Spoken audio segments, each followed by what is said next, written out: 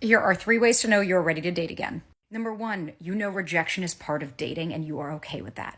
Very rarely does rejection actually have anything to do with you. That just means that perhaps that person wasn't ready to be in a relationship. They wanted something else. Their non-negotiables and boundaries list is different than yours. It could be a slew of things, and very little has to do with who you are as an actual person. So when you can take it a lot less personally and see rejection as redirection, it's just not the person for you, you can date a lot more effectively and actually enjoy yourself and go out.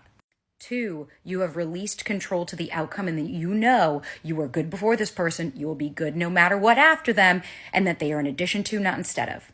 Attaching to the outcome is your kiss of death in dating, because what happens is you don't look at people for who they are, you look at them for who you want them to be.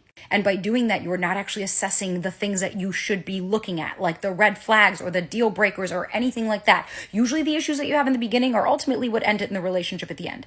So go out and date and listen to who they are and know how you want to feel with them and not about them. So you're able to differentiate if this is someone you should actually give your energy to or someone that is just going to constantly trigger you and waste your fucking time.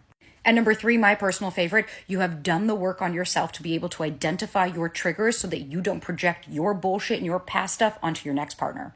It is not sexy to bring your baggage and unpack it all over somebody on the first fucking date. We all have a past. We all have a story. That is totally okay. First of all, it doesn't need to be shared with every single person that you meet. Doesn't need to be shared on the first date or second date. But secondly, it also doesn't define you. And when you have really done the work on yourself to be accepting of all the shit that you went through and showing yourself compassion on that, then you can go out and you can actually date people for who they are and not the projections of all of your past shit onto every single person you meet and every trigger flaring you and every little thing being a bother. Instead, you see it for what it actually is. Because it's also nobody else's responsibility to heal you besides yourself. So instead of carrying that baggage to every single relationship and dumping it all over the table, take accountability and ownership of it, heal and do your shit, and then go out there and try to make a partner with somebody who is doing the same.